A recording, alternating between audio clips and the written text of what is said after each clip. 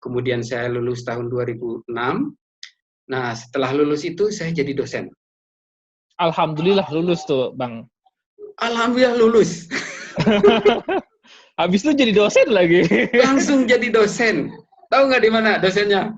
Di Unikom Mercu juga. Buana. Oh, Mercu Buana. Tetangga dengan Asidikia. Ya. Jadi waktu itu saya juga ya beberapa kali sering mampir ke Asidikia gitu kan. Assalamualaikum warahmatullahi wabarakatuh. Mari TV kembali lagi mengudara bersama saya Saputra dari Singapura. Malam ini lagi-lagi saya kedatangan tamu istimewa, yaitu Bang Ahmad Nurholis. Assalamualaikum, Bang. Waalaikumsalam warahmatullahi wabarakatuh. Sehat ya, Bang, ya, di Bandung? Alhamdulillah khair. Masih ingat deh kita. Alhamdulillah bil khair ya wal afiyah. Alhamdulillah khair. Nah, ini Bang Holis nih, mungkin sebelumnya bisa nggak Bang Holis tuh perkenalkan diri? Oke. Singkat Ya, aja deh. Sikat, ya. Angkatan berapa dulu Asdikiah, di pusat, di CPR, atau di mana gitu? Oke, jadi saya Ahmad Nurholis, masuk ke Asidikiah itu Sanawiyah tahun 90. Dulu Asidikiah masih rawa. Rawa. Masih rawa ya? Masih rawa, dan ya rumah Pak Kiai juga masih triplek. Pokoknya jalan panjang nggak ada. Jadi kita masuknya dari Sunrise Garden itu ya. Kemudian saya terus melanjut sampai aliyah, dan lulus dari aliyah itu tahun 1996 begitu. 96 ya, kan itu udah lumayan cukup lama ya Bang Holisnya. 96, 2006, 2016, 24 tahun. Wah ya, Kurang sangat lebih. lama sekali. Ya. Itu kira-kira kalau Bang Holis bisa rewind sedikit, kenangan apa yang mungkin paling berkesan selama mondok? Wah, saya pikir setiap harinya itu merupakan kenangan ya. Waduh, sangat puitis sekali. Ini sangat filosofis ini. Ya, dan selain kenangan juga merupakan satu pelajaran bagi saya untuk hidup di dunia ini, di luar pesantren. Itu yang paling penting gitu.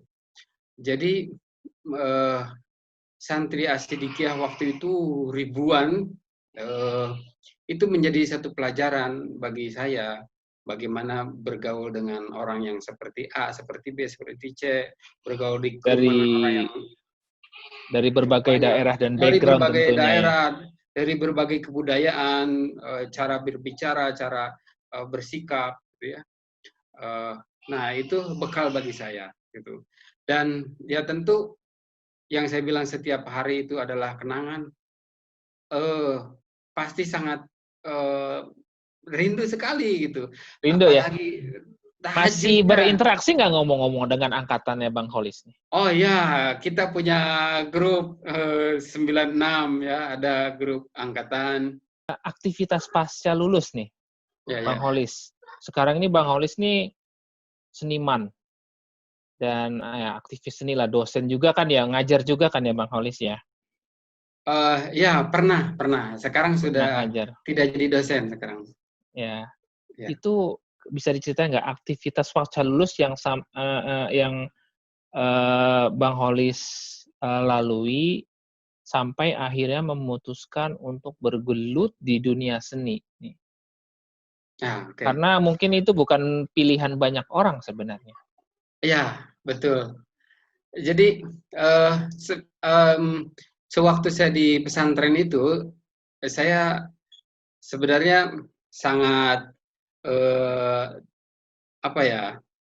sangat suka sekali dengan kesenian, ya, terutama seni rupa, kaligrafi gitu ya. Oh, kaligrafi. Dulu siapa? Belajar dengan Ustadz Yasin? Sempat? Tidak, dulu Ustadz Edi namanya, Ustadz Edi. Ustadz Edi Sakroli. Ustadz Edi apa ya? Aku lupa. Pokoknya Ustadz Edi. Iya. Al-Fatihah lah untuk beliau. Nah, kemudian tapi juga lama-lama saya akhirnya belajar secara sendiri karena ada buku-buku gitu ya. Dan ya interestnya di situ. Dan lama-lama di Asidikiyah itu waktu di pesantren, saya itu dan ada 3 teman saya. Pertama Ulfi itu ya, si Ulfi, kemudian ada lagi Fahmi. Nah, biasanya kami bertiga itu jadi grup dekorasi. Jadi kalau ada acara halal bihalal, konsulat gitu, spesialis kami itu dekorasi. Gitu. Nah, jadi, terus memilih jalur seni nih. Waktu itu tuh ikut pendidikan formal atau gimana, Bang Molis? Nah, jadi setelah lulus sebenarnya saya diproyeksikan untuk setelah lulus saya masuk ke Unisba ya, Universitas Islam Bandung gitu. Jurusan apa tuh, Bang? Ya. Jurusan apa? Nah, waktu itu saya jurusannya perbandingan agama. Waduh. Jeronya, aduh, perbandingan agama. Tapi ya itu mungkin karena minatnya kepada kesenian, saya ikut UKM teater waktu itu ya. Kemudian ya bergelut dengan kesibukan dunia teater terus sampai akhirnya saya juga pindah kuliah ke STSI. Tapi saya waktu itu tidak mengambil teater, tapi mengambil jurusan musik gitu. Dan kesenian, pergerakan kesenian kegiatan kesenian saya itu semakin menjadi-jadi gitu, kemana-mana pertunjukan. Jadi dari mulai teater, musik, sampai memutuskan untuk pindah kuliah, pindah jalur, itu kan bukan pilihan yang gampang, Bang. Iya, dan mungkin kalau bagi banyak orang untuk mendapatkan restu orang tua itu sulit untuk kalau kita mau pindah kuliah dan dari yang jalur perbandingan agama berubah jadi seni gitu kan. Iya. Ya itu, alhamdulillah orang tua saya selalu mendukung apa yang diputuskan gitu. Dan yang terpenting adalah bertanggung jawab gitu. Saya juga sebenarnya waktu itu sudah sangat malu gitu kan. Aduh, ini gimana? Saya mentok lagi pindah kuliah gitu. Sampai saya jadi waktu saya kuliah di musik juga akhirnya saya tidak kuat keluar dan jadi dari 96 sampai 2002 itu saya tahun itu nggak benar kuliah.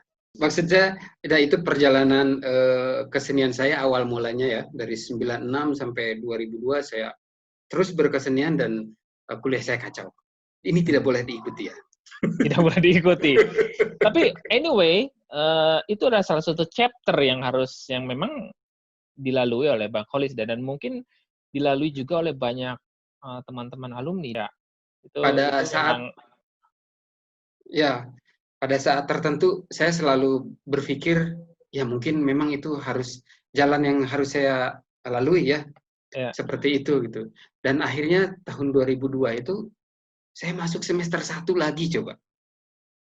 Saya pindah kuliah ke jurusan desain komunikasi visual. Kenapa tuh Bang? Kayak potensi mungkin di seni rupa Bang Kholis itu is little bit too late ya.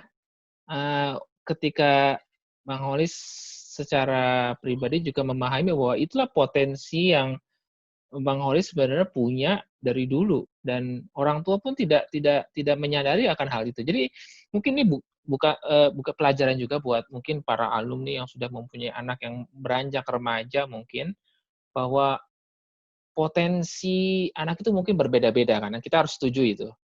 Dan tugas orang tua adalah mensupport di mana talenta seseorang dan bagaimana menyalurkan talenta tersebut. Nah ini kalau boleh sharing sedikit nih Bang Kholis kepada seluruh alumni berdasarkan pengalaman Bang Kholis yang begitu up and down kayak roller coaster gitu ya, ganti kuliah berapa kali sampai akhirnya menemukan talenta Bang Kholis sendiri. Itu ada Oke. pesan khusus nggak buat para alumni dan mungkin para orang tua dimanapun? Ya, jadi betul pada dasarnya anak-anak itu unik dan memiliki keahlian dan minat. Nah, tugas orang tua mungkin harus mencermati itu, apa minatnya, apa keahliannya, gitu ya. Nah, saya merasa memang mungkin terlambat menemukan apa yang saya passionnya, gitu ya. Bahwa ya betul, kesenian-kesenian itu merupakan sesuatu yang bagus buat saya, gitu ya. Saya juga waktu berteater, bermusik itu, wah, dengan kalau himahnya gitu ya, dengan giranya yang sangat kuat gitu ya. Punya energi ya. Punya energi yang sangat besar gitu. Tapi ya itu akhirnya mungkin lebih kuat lagi ketika di dalam dunia desain gitu. Ya, Nah, desain. ternyata kalau kita urut ke belakang, waktu di pesantren itu kan saya itu adalah minatnya kepada kaligrafi. Ya, tukang bikin dekor sebenarnya. Dekor gitu ya. Nah, mungkin pada zaman itu kita tidak punya informasi mengenai jurusan dekor itu apa. Ya. Ini tuh jurusan apa sih? Desain grafis itu apa gitu. Nah, padahal itu salah satu bidang yang sangat menarik menurut saya. Desain komunikasi visual, industrial design. Betul. Itu sangat hal yang sangat menarik. Ya. Dan kalau boleh kita singgung ya, mungkin itu tidak banyak alumni yang tahu. Ya, betul. Dan saya juga kan baru tahunya tahun 2002. Setelah saya sekian lama saya berkecimpung gitu. Ya mungkin itu juga pencarian atau apalah, hidayah lah gitu mungkin. Nah, Oke. Nah, itu maaf nih saya potong nih Bang Kholis. Tadi kan kita udah ngomongin perjalanan Bang Kholis bagaimana dari pasca lulus pesantren begitu sampai mencari jati diri sebenarnya kalau boleh saya bilang ya, mencari jati diri di mana passion dan talent dan potensi dari Bang Kholis. Nah, sekarang Bang Kholis nih, sekarang kalau boleh saya tanya, main activity-nya apa?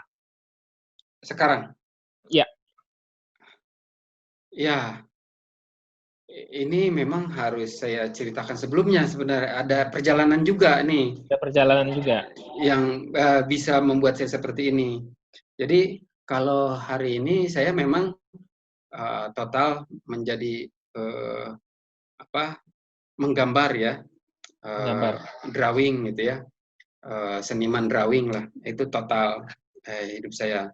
Tapi sebelum seniman drawing ini ada beberapa fase. Ya, saya ulangi lagi saya tahun 2002 kuliah di desain komunikasi visual. Kemudian saya lulus tahun 2006. Nah, setelah lulus itu saya jadi dosen. Alhamdulillah lulus tuh, Bang. Alhamdulillah lulus. Habis itu jadi dosen lagi. Langsung jadi dosen. Tahu nggak di mana dosennya? Di Mercu Buana. Oh, Mercu Buana. Tetangga dengan Asidikia. Ya. Jadi waktu itu saya juga ya beberapa kali sering mampir ke Asidikia gitu kan. Jadi tahun 2006 itu saya jadi setelah lulus dosen, jadi dosen, kemudian tapi saya di Mercu Buana cuma 1 semester ya, 1 tahun, tahun 2007 kemudian saya kembali ke Unikom menjadi dosen di Unikom. Ya. Nah kemudian sampai terus tahun 2012 ya kalau nggak salah. Ya tahun 2012 kemudian saya jadi dosen lagi di UMN. Apa itu? Universitas Multimedia Nusantara di Multimedia BSD. Nusantara. Ya, ya. Nah, di situ. Nah, kemudian di Unikom tetap masih dosen, jadi seminggu sekali saya ke BSD. Nah, tahun 2013 saya itu ambil S2 di ITB, kemudian Jurusan desain komunikasi visual ya juga. betul, ya S2 di seni rupa. Kemudian pas mau beranjak ke semester 2, ya sekitar akhir tahun 2013 atau awal tahun 2014, saya sakit keras, ada benjolan di kepala saya, dan itu membuat hidup saya berubah. Itu aja. Berubah. Nah, Berubah. menarik nih Bang. Nanti sebenarnya saya juga akan membahas dan mungkin bisa kita bahas ya sebagai sharing session. Mungkin tentunya kalau Bang Holis tidak keberatan ya. Oke. Jadi mungkin buat teman-teman semua untuk diketahui bahwa Bang Holis ini adalah cancer survival ya. Dan itu mungkin Bang Holis nanti kita bisa mengelaborasi sedikit dan mungkin membagi cerita. Tapi yang sangat saya tertarik adalah sebenarnya cara Bang Holis dari mengalami cobaan yang begitu berat sampai sekarang sembuh, dan salah satunya dengan cara terapi seni nih. Oktober 2014 itu ada namanya Inktober ya. Inktober itu festival drawing menggunakan tinta sedunia. Saya ikutan menggambar tuh pakai ini. Kalau lihat di Instagram saya di awal-awal tuh ada gambar-gambar tangan. Iya, gambar tangan, bentuk-bentuk tangan gitu ya. Iya, nah itu pertama kali saya terapi menggambar sendiri. Itu masih ada penyakit di kepala saya, belum dioperasi. Nah, akhirnya sampai hari ke-21 saya kejang lagi, berhenti saya menggambar karena nggak bisa apa-apa lagi. Kemudian tahun 2015 dioperasi, selepas operasi ya saya masih pemulihan. Nah, tahun 2015 itu sekitar bulan Mei kali ya, Mei atau Juni, saya mulai di terapi ini lagi. Istri saya mengajukan sok menggambar lagi supaya ada kegiatan, hiburan gitu. Jadi sebenarnya terapi ini ya tidak juga bisa dikatakan terapi apakah dengan ini bisa menyembuhkan sakit saya atau apa gitu. Sangat sulit sekali dikatakan seperti itu. Harus diteliti oleh ahlinya gitu. Tapi dengan menggambar ini saya mengalihkan rasa-rasa sakit. Pertama adalah waktu pasca operasi itu saya mual karena saya harus minum obat TBC. Efeknya mual. Jadi saya tuh pas menggambar itu mengalihkan pikiran supaya nggak mual. Jadi saya terus aja menggambar, mengalihkan ini. Jadi sebenarnya tubuh kita dan semua sistem saraf kita itu bisa dilatih untuk mengalihkan satu respon terhadap respon yang lain sebenarnya ya. Ya, saya memaksakan itu aja, konsentrasi aja teruslah. Saya sudah habis pikir gitu, daripada saya mengeluh aduh-aduhan terus gitu. Itu tidak menghasilkan solusi dan bikin orang lain berisik. Jadi, atau bikin istri jengkel gitu kan. Ya, jadi intinya menyalurkan seluruh energi tadi supaya bisa menahan sakit dan lewat menggambar tadi ya, Bang Holis ya. Betul. Kalau saya boleh tanya lagi, apa yang menguatkan, yang memberi energi Bang Holis untuk mau sembuh gitu? Nah, banyak sekali. Jadi ini ajaibnya. Sewaktu saya sakit itu, saya tidak bisa membaca koran, majalah apapun. kecuali saya membaca Al-Quran. Ya itu juga mungkin harus diteliti secara ilmiah, apakah karena membaca Al-Quran itu bacanya dari kanan ke kiri, itu wallahu alam. Karena yang rusak itu otak yang kiri kan, di sini. Yang di sini, jadi operasinya tuh di sini. Kalau baca Quran dari kanan ke kiri. Gitu. Nah, jadi saya menemukan surat-surat tentang Nabi Yunus dan juga Nabi Ayub ya. Itu nabi itu yang dua nabi itu yang sangat menginspirasi saya. Gitu. Bagaimana Nabi Ayub itu dia sangat yakin sekali dengan kesembuhannya, walaupun diasingkan, bahkan istrinya pun terakhir kali menjauh gitu kan. Dan diceritakan semua tubuhnya berbelatung kecuali hati dan bibirnya, karena dia minta itu untuk berzikir. Kemudian juga Nabi Yunus itu yang diceritakan ditelan oleh 3 kegelapan malam gitu kan. Itu Nabi yang paling sengsara gitu. Tapi yang harus kita cermati adalah Nabi Yunus itu adalah walaupun dalam kondisi sengsara sekalipun, dia masih produktif. Apa coba produktifnya? Nabi Yunus itu berzikir di dalam perut ikan. Perut ikan. Iya. La ilaha illa anta subhanaka inni kuntu minadz dzalimin. Itu kan. Nah, itu yang membuat saya, wah, ini bismillah gitu kan. Insya Allah gitu. Pasti ada keajaiban. Yeah. Dan ya alhamdulillah gitu, pertolongan Allah itu selalu datang. Sampai pada akhirnya saya ketemu dengan Dr. Setiowidi di Eka Hospital. Dia menyarankan saya untuk dioperasi, tapi nanti tanggal sekian kalau mau silahkan dioperasi, urus BPJS-nya itu ditanggung oleh pemerintah. Akhirnya diurus. Ini operasi kedua ya? Enggak, operasi pertama. Yang pertama. Iya. Kemudian kita urus-urus. Akhirnya kebetulan pada saat itu RSCM membutuhkan pasien seperti saya untuk mempelajari teknik pemetaan saraf. Yeah. Jadi kebetulan sekali itu modelnya saya gitu. Jadi alhamdulillah semuanya dilancarkan, dipercepat gitu. Dan operasinya berjalan dengan lancar.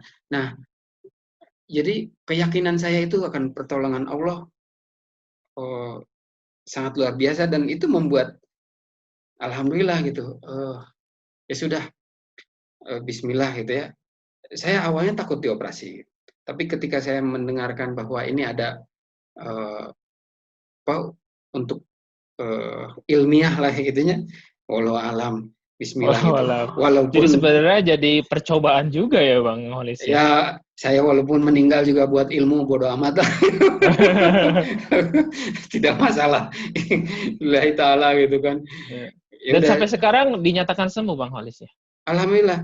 Sangat inspiratif sekali ceritanya, dari mulai perjalanan yang berliku-liku di bidang pendidikan sampai bisa akhirnya lulus kuliah, sampai akhirnya jadi dosen, sampai akhirnya diuji oleh Allah dengan penyakit yang begitu berat, sampai akhirnya dikasih kesembuhan dan keajaiban, dan mulai melakukan terapi secara mandiri ya. Mungkin sekali lagi itu mungkin harus ada penelitian secara klinis, tapi dengan wasilah menggambar dan membuat Bang Holis itu jadi bahagia, itu merupakan salah satu wasilah bagaimana Bang Holis bisa pulih dan memulihkan imunitas.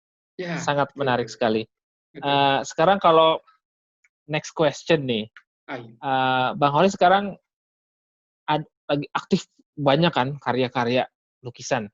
Ya. Kalau boleh saya tanya, ada nggak, bisa tunjukkan nggak beberapa, 1 atau 2 lukisan Bang Holis yang paling berarti, yang punya makna mendalam atau berkesan di hati Bang Holis? hasil karya Bang Holis. Kita lihat ya. Menarik nih. Nah, tentunya kalau ini. saya lihat mungkin Bang Holis karya-karya kaligrafinya tidak terpaku pada kaidah-kaidah kaligrafi yang sangat Kaligrafi yang Sabah itu. ya kayak kita belajar Rik'ah, Sulus, ya. atau Diwani, Farisi, Betul. dan Nasakh. Tapi mungkin saya melihatnya ini adalah lebih pada kaligrafi bebas ya, dan dipadukan dengan nggak tahu ini aliran apa nih, Bu? Diterangkan nih. Ya, jadi konsep kaligrafi kontemporer lah ya. Terima kasih sekali nih Bang Holis. Tapi saya punya satu pertanyaan akhir nih. Ya. Bocorannya nih, Bang Holis punya beberapa karya yang judulnya tentang apa ya, Presiden Indonesia ketawa atau Iya. apa judulnya, bisa dibetulkan nggak ada kalimat saya? Presiden Indonesia tertawa. Seri Presiden tertawa, seri Presiden Indonesia. Seri Presiden Indonesia tertawa ini jenius sekali kalau menurut saya. Itu dari inspirasinya dari mana itu, Bang Holis? Nah, jadi waktu 2016, tahun 2016 saya itu kejang dan saya dirawat di rumah sakit. Di Rumah Sakit Santosa. Kemudian di dalam berita itu tahun 2016 itu ada demo, banyak demo kan, ada demo kalau nggak salah yang 212 gitu ya. Terus dari situ demo yang lain-lain, pokoknya riuh sekali gitu. Kondisi saya waktu sakit itu butuh hiburan. Saya ngelihat TV, aduh ya Allah gitu kan. Saya bukan anti demonya, saya tidak ini masalah demo, tapi karena kondisi saya butuh hiburan, kemudian juga saya kan butuh, tidak boleh stres, saya harus senang, dan saya waktu itu sakit ya.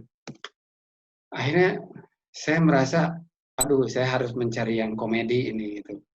Komedi. Akhirnya saya berpikiran bahwa semua politik,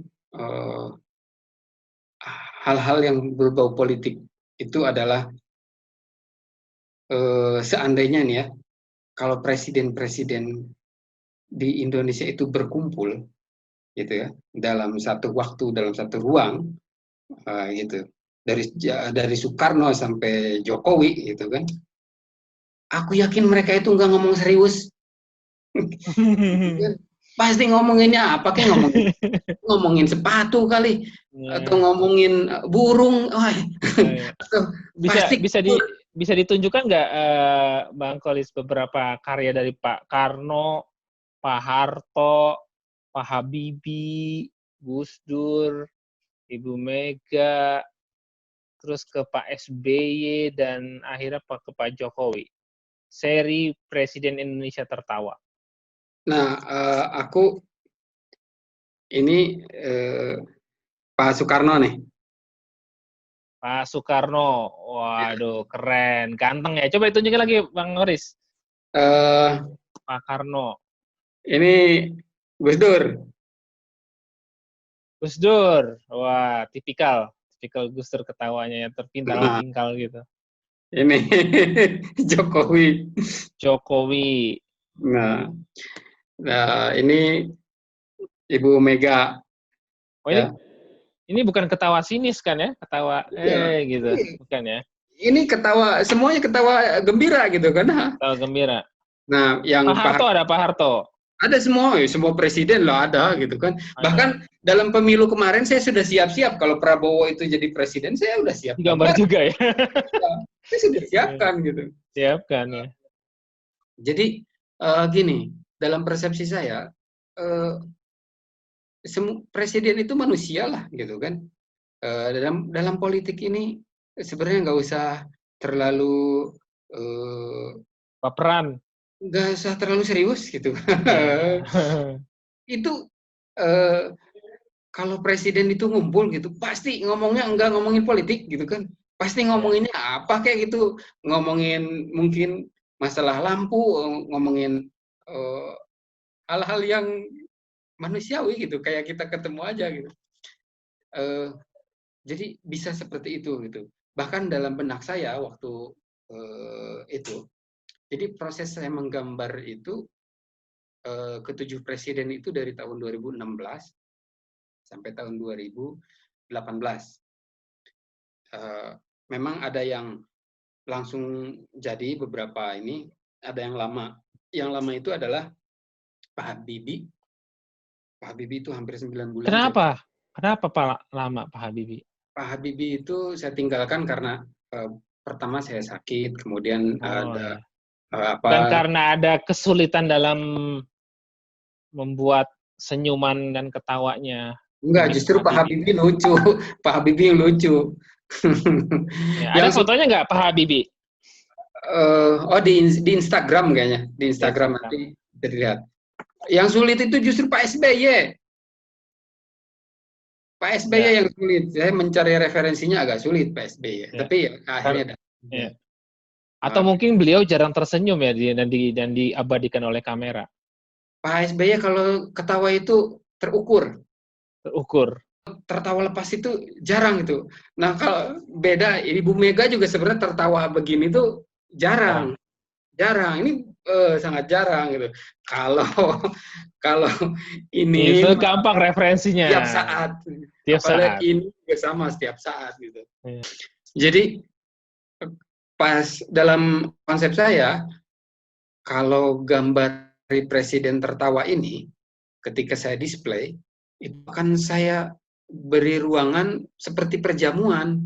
Jadi si drawingnya itu muter, berkumpul, seolah-olah mereka sedang berdialog gitu. Terus di tengah-tengahnya ada meja makanan-makanan. Jadi seperti biasa aja kita ngobrol gitu. Pasti suasananya ketawa gitu. Nah, jadi ya presiden-presiden itu juga manusia lah, bisa ketawa-ketawa gitu. Dan politik itu nggak usah terlalu serius. Ya. Wah, ini pesan yang sangat mendalam sekali, Bang Holis. Dan lagi-lagi saya harus katakan tuh ide yang jenius seri Presiden Indonesia Tertawa.